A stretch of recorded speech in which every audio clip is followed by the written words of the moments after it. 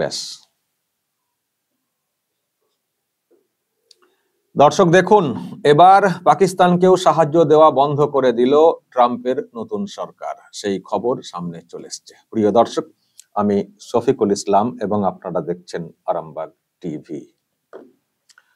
এর আগে বাংলাদেশকে সাহায্য বন্ধের খবর এসছিল, একেবারে অর্ডার কপি সামনে চলে এসছিল। আমি দর্শক সেটাও আপনাদেরকে দেখিয়েছি। আর আজকে এই খবর সামনে এসছে যে পাকিস্তানকেও সাহায্য দেওয়া বন্ধ করা হলো ট্রাম্পের নতুন সরকারের তরফ থেকে। যেটা বলা হয়েছে, আপাতত 90 দিন কোনো সাহায্য সহযোগিতা আসবে না, যেসব কাজকর্ম ওখানে চলছে সব বন্ধ রাখতে হবে। আমরা খতিয়ে দেখব যেসব টাকা পয়সা এসছে, কোন কোন খাতে এসছে, সেই টাকা পয়সা কিভাবে কি ইউজ করা হয়েছে এবং সেই সব খাতে টাকা পয়সা দিয়ে আমেরিকার কি লাভটা হয়েছে, আমেরিকার বিশেষ করে সুরক্ষার দিকটা কতটা উপকৃত হয়েছে, সেই সব খতিয়ে দেখব। তারপর যদি মনে করি যে হ্যাঁ দেওয়া দরকার রয়েছে এবং টাকা পয়সা ঠিকঠাক ঠিকঠাক কাজে লাগানো হয়েছে, কাটমানি নিয়ে এইসব করে নষ্ট করা হয়নি, আর আমেরিকার স্বার্থ ওখানে কতটা কি পূরণ হয়েছে সেই সব দেখব। আমেরিকার সঙ্গে সম্পর্ক বজায় রাখার ক্ষেত্রে কতটা কি কাজ করছে ওই দেশের সরকার, সেটা দেখব। ইন্টারন্যাশনালি আমেরিকার ভূমিকাতে ওখানকার সরকার কতটা কি প্রভাব ফেলছে, কতটা বেগ দেওয়ার প্রভাব ফেলছে, সেটাও দেখব। কারণ আমাদের একটাই নীতি, আমেরিকা ফার্স্ট। আমেরিকার বাইরে, দেশের স্বার্থের বাইরে আমরা কিছু করব না। ফলে টাকা দেব অথচ বাঁশ দেবে, এইসব চলতে পারে না। আমরা সব দিক খতিয়ে দেখব, তারপর ভাববো। আপাতত টাকা পয়সা বন্ধ, এটাই বলা হয়েছে দর্শক। এর ফলে ওখানকার বিদ্যুৎ, স্বাস্থ্য, আর্থিক উন্নয়নমূলক সব কাজকর্ম অনেক, সেগুলো বন্ধ। সেখানকার মিডিয়াও সেই কথা বলছে। ওখানে নানান সব কাজ হয় আর কি। যেমন ওখানে বেশ কিছু প্রজেক্ট আছে, বড় বড় প্রজেক্ট, এবং বিশেষ করে যেটা বলা হয় AFCP, ambassadors fund for cultural preservation, এসব ওর আন্ডারে সব চলতো। দেশের সাংস্কৃতিক ঐতিহ্যের সংরক্ষণ, সুরক্ষা নিশ্চিত করা হতো। ঐতিহ্যবাহী ভবন, প্রত্নতাত্ত্বিক স্থান, সংগ্রহশালা সুরক্ষিত রাখার জন্য টাকা পয়সা ওই প্রকল্পে দেওয়া হতো। তাছাড়া বড় বড় সব বিদ্যুৎ সংক্রান্ত প্রকল্প ছিল, কাজ চলছিল। Power sector improvement activity, Pakistan private sector energy activity, energy sector advisory services project, clean energy loan portfolio guarantee programme এবং পাকিস্তান ক্লাইমেট ফাইন্যান্সিং অ্যাক্টিভিটি, এই 5টি প্রকল্পই আপাতত বন্ধ হয়ে গেছে। যে কাজগুলো চলছিল সব বন্ধ হয়ে গেছে। কবে আর ফের কাজ হবে, টাকা পয়সা আসবে কি আসবে না, এখন বিরাট একটা প্রশ্ন চিহ্ন হয়ে দাঁড়িয়েছে। ফলে কপালে ভাঁজ। এদিকে ডক্টর ইউনূসের কপালে ভাঁজ পড়েছে, যদিও উনি আবার অন্যভাবে ধন্যবাদ জানিয়েছেন যে হ্যাঁ আরো অন্যান্য দেশে টাকা পয়সা বন্ধ করছে, কিন্তু আমাদের দেশে একটা অংশে টাকা পয়সা দিচ্ছে। কি অংশ না, আমাদের এখানে রোহিঙ্গা ক্যাম্পের যে বিষয়টা সেটাতে টাকা পয়সা আসবে বলেছে। আমি এটা নিয়ে ব্যাখ্যা দিয়েছি দর্শক, নিশ্চয়ই আপনারা শুনেছেন। আমি আরো একবার বলে দিই যে রোহিঙ্গা ক্যাম্পে টাকা পয়সা আসাটা ওটা তো ত্রাণ, ও তো একটা ইন্টারন্যাশনাল ইস্যু। রিফিউজি ক্যাম্প থাকলে বিভিন্ন দেশ টাকা পয়সা সাহায্য করে, রাষ্ট্রসংঘ সেগুলো মনিটর করে। ওটা তো ত্রাণ শিবির, পেটে ভাত, স্বাস্থ্য, টুকটাক বস্ত্র, এইগুলোর জন্য। ওখান থেকে কাটমানি নেবেন ভেবেছেন নাকি? ওটা আপনাদের না, কিন্তু আপনাদের দেশের টাকা না, ওইটা ত্রাণ শিবিরের জন্য আসা। জানি না ওটা নিয়ে আপনারা কি ভাবছেন। তো উনি আবার ধন্যবাদ জানিয়েছেন ট্রাম্পকে। আসলে ট্রাম্পকে ধন্যবাদ জানানো, ট্রাম্পকে খুশি করা, ট্রাম্পের তৈলমর্দন করা, এই প্রসেস তো আমরা দেখছি, আপনারা তো শুনেছেন। আমি সেসব নিয়ে তো অনেক ব্যাখ্যা দিয়েছি। একটা প্রজেক্ট হচ্ছে LNG, এখন কোথায় তার ঠাই ঠিকানা, এখন কবে কি হবে সেই প্রজেক্টের কবে কি উৎপাদন হবে তার ঠিক নেই, বলছেন যে আমরা খদ্দের, আপনাদের ওখান থেকে মাল নেব। মানে এরকম সিম্প্যাথি, মানে একটা খুব নমনীয় ভাব দেখিয়ে ডোনাল্ড ট্রাম্পের একটা সিম্প্যাথি আদায় করার চেষ্টা ডক্টর ইউনূস করে চলেছেন।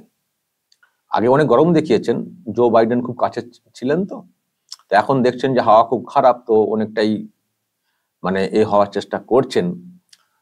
তো তাতেও লাভ কিছু হয়নি, বাংলাদেশের টাকা পয়সা বন্ধ করে দেওয়া আছে, শুধু ক্যাম্পের ওই রিফিউজি ক্যাম্প, যেহেতু রোহিঙ্গা মায়ানমার থেকে আসা কক্সবাজারে, ওদের আর্থিক সাহায্য, ওটা ওইগুলো কোনদিন কেউ বন্ধ করে নাকি? ত্রাণ শিবিরের কেউ বন্ধ করে? ত্রাণ শিবির তো ওটা দেশের ব্যাপার না, দেশের টাকা পয়সা আটকে দিয়েছে। কিন্তু ওখানে টাকা পয়সা দিচ্ছে বলেই দেখলাম ডক্টর ইউনূস উনি আবার ধন্যবাদ জানিয়ে ট্রাম্পকে একটা বিরাট কিছু বলে একটা পোস্ট করেছেন। নানানভাবে দৃষ্টি আকর্ষণ করার চেষ্টা হচ্ছে, এটা পরিষ্কার। তাতে লাভ কিছু হয়নি, টাকা পয়সা বন্ধ করে দেওয়া হয়েছে। এখন বাংলাদেশের নতুন করে আবার পিতার ভূমিকায় আসা বা পাকিস্তান, তাদেরও টাকা পয়সা আটকে দেওয়া হলো। আরো অনেক দেশে টাকা পয়সা আটকে দেওয়া হচ্ছে, যেসব দেশ সম্পর্কে সন্দেহ তৈরি হচ্ছে আগের সরকার হয়তো নানানভাবে দুর্নীতি করে থাকতে পারে, মন জুগিয়ে চলা ইত্যাদি ব্যাপার থাকতে পারে, বিভিন্ন এনজিও এর মাধ্যমে টাকা পয়সা নয়ছয় করা হয়ে থাকতে পারে, সেই সব বিষয়ে উনি বলেছেন সব খতিয়ে দেখব, সব খতিয়ে দেখব। এবং এটাই কিন্তু করা উচিত, যে কোনো সরকার খতিয়ে দেখা উচিত পরের সরকারের এসে। আমাদের এই রাজ্য সরকারটার কি হাল করা হয়েছে, এটারও যে সরকারই আসুক আমরা চাইবো যেন খতিয়ে দেখা হয় কি সব করে গেছে ফান্ডের। তো যাই হোক দর্শক, সেটা তো অন্য বিষয়, কিন্তু প্রশ্ন হচ্ছে তাহলে কি করবে এখন পাকিস্তান? পাকিস্তান বলবো আমার তো চীন আছে, এদিকে সাহায্য নিচ্ছে আমেরিকার সাহায্যে এত কিছু, এত প্রজেক্ট শুনতে পাচ্ছি। আবার ভারতের শত্রু ব্যাপারটা তো আছে, চীনের সঙ্গে দ্বন্দ্ব আছে, চীনের সঙ্গে হাত মিলিয়ে আবার এসব করার চেষ্টা। তো যাই হোক, আমেরিকা কি ব্যবস্থা নেয় শেষ পর্যন্ত সেটা দেখব। কিন্তু আমি দেখছিলাম বাংলাদেশ থেকে কেউ কেউ বলছিলেন ভারতেরও তো টাকা পয়সা বন্ধ করে দেবে, এখনো দেয়নি তো। বন্ধ করে তো দিলে সব তো একসঙ্গে দিতে পারতো, বাংলাদেশ করলো, পরে পাকিস্তান করলো, তো ভারতকে কেন করবে না? ভারতের জন্য একই লাইনে তো পড়ছে, যখন খাতায় লিখতে শুরু করবে পরপর তো এসে যেত। এশিয়া উপমহাদেশের এই যে দেশগুলো পাশাপাশি সব আছি আমরা, তো একসঙ্গে তো করতে পারতো, কিন্তু এখনো তো বন্ধ করেনি। বরং আরো অন্য খবর এসছে, একটা খবর তো আপনাদেরকে দিয়েছি, ফোনে কথা হয়েছে, আর একটা খবর এসছে, ডোনাল্ড ট্রাম্প এই কথাটা বলেছেন। আবার মোদি নিজে থেকে বলেননি, ডোনাল্ড ট্রাম্প মিডিয়াকে মানে ওইদিকে বলেছেন। ফ্লোরিডাতে গেছিলেন, ওখানে একটি জায়গাতে মানে প্রশ্নের আনসারে উনি বলেছেন যে আমার সঙ্গে বন্ধু মোদির কথা হয়েছে, উনি হোয়াইট হাউসে আসবেন, ফেব্রুয়ারি মাসের কথা বলা হয়েছে, ফেব্রুয়ারিতেই আমেরিকা সফরে যেতে পারেন মোদি। বন্ধু মোদি ফোন আলাপের পরে জানালেন ডোনাল্ড ট্রাম্প, উনি জানিয়েছেন।